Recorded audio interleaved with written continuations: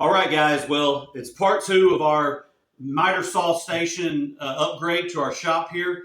And in this video, we're going to put the finishing touches on a lot of things and some accessories and who knows what. I know we're going to be doing some drawers and some pull outs for some of our cubby holes that we built in down here.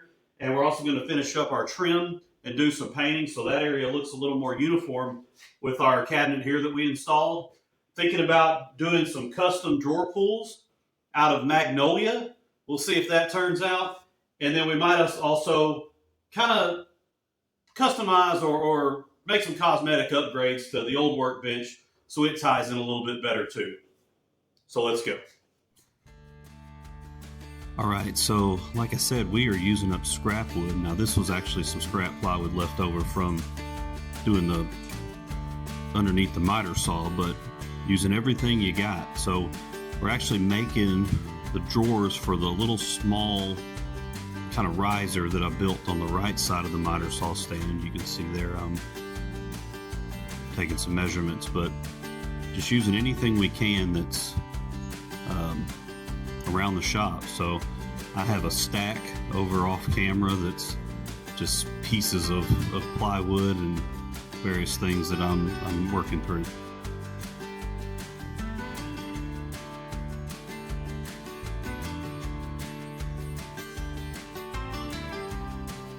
And when I'm making these boxes, both these little small ones and the larger ones I'm going to make here in a little bit, these are just sliding in. There's no, there's no runners or there's no slides, drawer slides or anything. These are just going to be simple boxes done with butt joints, square-ended butt joints, and they're just going to slide into the spaces. I have stops at the back end of each of the openings to help keep them flush with the front, but real simple shop furniture and use what we got.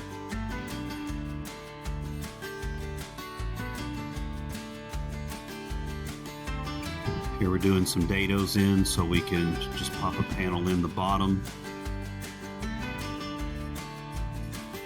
And here we're going to be working on our drawer bottoms. We got to get everything glued up. Again, just simple butt joints.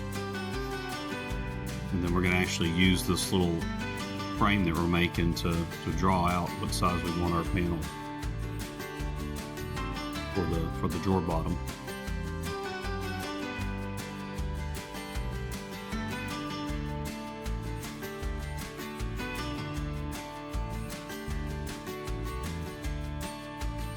Kind of do a test fit before we put the front on. There was a wasp flying around. I had the garage door open, so it's starting to warm up here in the south, so you got wasp everywhere.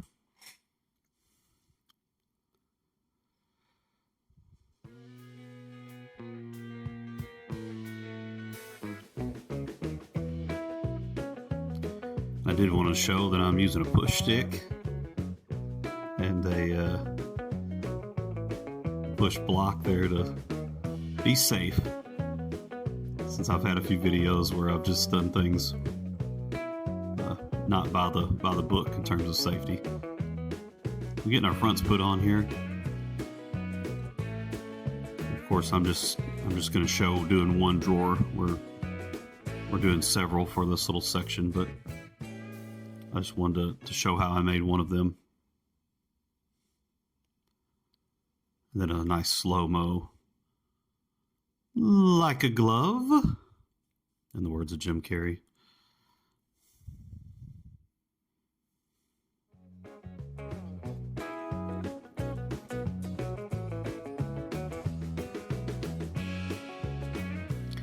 Now, because I'm ADHD, instead of doing the bigger set of pulls of drawers, I thought, well, I've already got this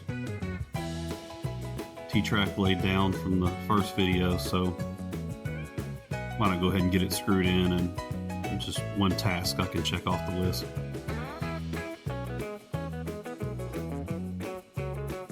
Now, one thing, this side here had the cabinet with the solid top on it, and then we put the plywood on top. So I was able just to screw down into it. Again, just use the screws that I had. This was kind of some budget-friendly T-track off of Amazon, so not the name brand stuff, so it didn't come with any screws. The side there to the right on that little platform T-track, I had to actually glue it down because my screws were too long and they were catching on the drawers as they were pulling out. And here we're just going to start measuring for trimming out around the front of these kind of makeshift cabinets that I built in the first video.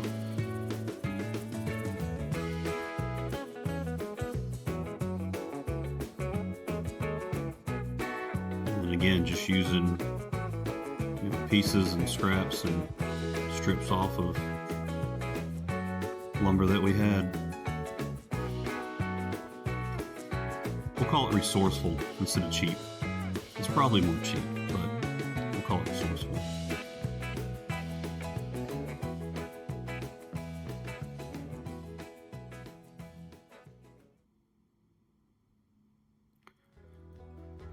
All right, now we're going to work on these drawer boxes here for the big. Again, simple butt joints, no slides, no runners or anything like that in there. Just something that can hold stuff. I'm sure they'll probably get filled with more miscellaneous junk than anything. I thought about leaving this open so I could just put offcuts and scraps and just lay them down there while I was working, and then clean it out periodically. But if I did that, I know it would get piled up with more scrap and little pieces than I actually should keep. So I thought I'd actually make drawers for them too.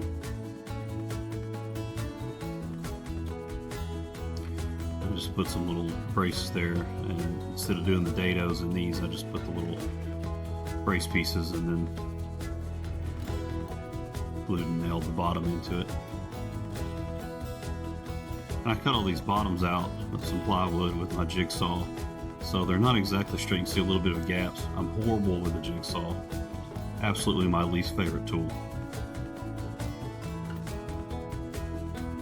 They fit nicely, and then you're going to see they actually would go in too far because I don't have anything on the back side of those little cabinets to stop them. So I put a little stop strip, is what I'm calling it right here, and it catches on the front of that drawer.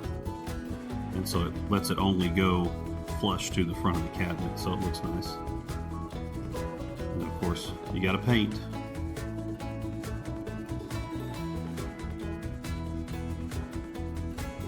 There's something soothing about watching something be painted in sped up motion. I don't know what it is. It's kind of going from one, kind of the raw color onto a whatever color you're painting it. I don't know. I think it's cool. And then you saw these little kind of odd shaped boxes here I had, where I had the piece of equipment. I had the drill press kind of coming up underneath that platform, so I had to make the box a little odd shaped to account for the bottom of that drill press being underneath there.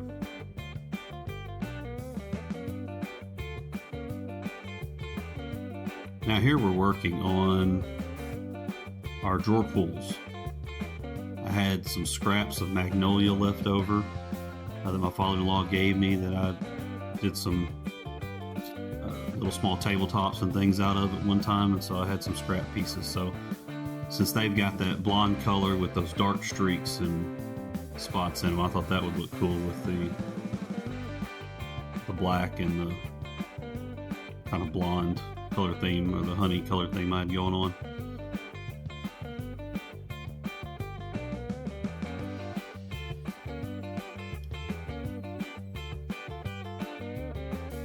We just cut some, actually used my juice groove jig, cut some kind of rounded finger grabs in the bottom of them, and then split that in half.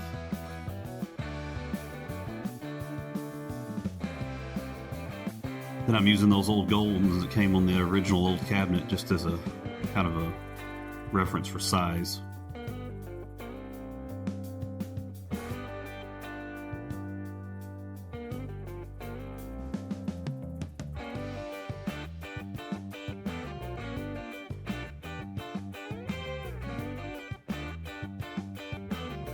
I actually made them a little bit wider than what the those old gold metal ones were, because I wanted to make sure I had plenty of room for the screws to bite and grab and not be too close to the edges.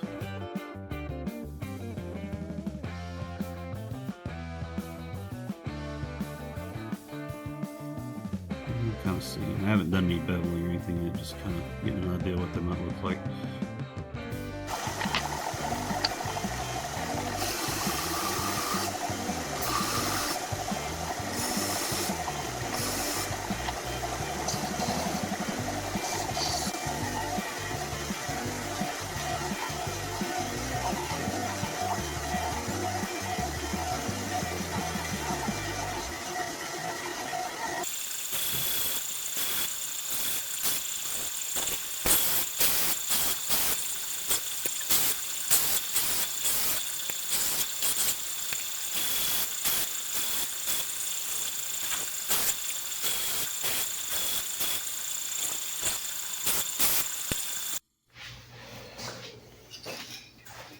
Now we're going to just give them a spray with some Minwax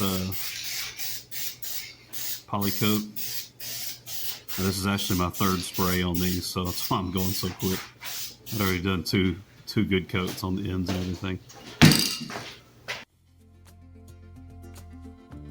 Now we're just getting them installed. I think they ended up coming out pretty good. I was happy with them. There's plenty of room to grab with your fingers. Now the actual doors, I got the 3 doors instead of I did those slightly different. I just made kind of a T shape, so you can just put your fingers on both sides there and pull those open. So they're slightly different than the drawer pulls. But I thought they looked pretty sweet, and kind of went with this crazy black and natural wood color theme I've got going on. Now we're kind of starting on this old workbench. Won't do too much to it. It's functional, it serves a purpose, but I want to just kind of make it look a little more uniform, since I've got a lot of pine scraps and pieces of 1x6 and 1x4s and things from projects, and so I thought I'd go ahead and just trim out the front of those cabinets and make them look more similar to the other ones as well. Once I get this trim all on, we get everything sanded flush and smooth, basically like I did on the cabinet to the right there. Off camera, we also did some other things. We put up some trim around the back wall and shellacked all the pine trim, just like we did on the other cabinets. We also painted the legs black of this old workbench. We took everything off the walls and we painted the back wall black. All the tools are hanging on there, and put up a few more cleats that I already had cut. So we got French cleats on that back wall. We took the pegboard there, we took everything off. I've got it painted black. I haven't decided if I'm going to keep the pegboard or do something else with it, so we'll figure that out in the following weeks. All right, guys, we are basically done with this miter saw station kind of upgrade or cosmetic upgrade. I've still got a little bit of work left to do, and that's really just kind of the fun stuff, building the tool holders for the cleat wall and those kind of things. And we'll make another video out of that over the next several weeks. But for now, I just want to kind of recap what we did and put a button on this project. So we built our actual miter saw station using older little tables that I had for some of the other tools. We put a riser on one side, so we've got T-track for the stop blocks on one side. We even built some little simple basic drawers.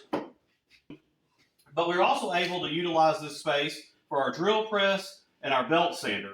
I don't use those 2 items often, but I've already got some built-in area now when I do want to get down here and use them. Of course, we've got our miter saw. We've got some more drawers underneath that. We're probably going to do a little bit more finishing out underneath the bottom of this when I decide what kind of vacuum system we're going with. I still haven't quite decided that yet. And of course, we got our big refurbished cabinet that came out of the old school building. If you remember, it was cream and pinkish color. We made it extra deep with an extra top on it. That way we had room for that miter saw with the long arm. Now, this does make it a little bit of a reach, so I'm going to have to be creative when I do some of my cleat wall accessories, but we'll get that figured out. But what it does give me is a second large surface area along with my normal workbench where I can set stuff when glue-ups are drying or when I need to paint things. I can put out paper. So it just gives me another big work area, so I really, really like it. And then also we did on our old workbench is just kind of touch it up. We trimmed it out like the rest of it. We painted some of the legs black. We may end up doing more with this area. We also did put a few extra French cleats up. That's going to get some more additional accessories, but for now, I'm really happy with what we got taken care of, and I'm super excited to keep working on this project down the road and into the future. It's one of those things that can always change. But thanks for hanging out with me. Hope you enjoyed the video, and we'll see you next time. Take care.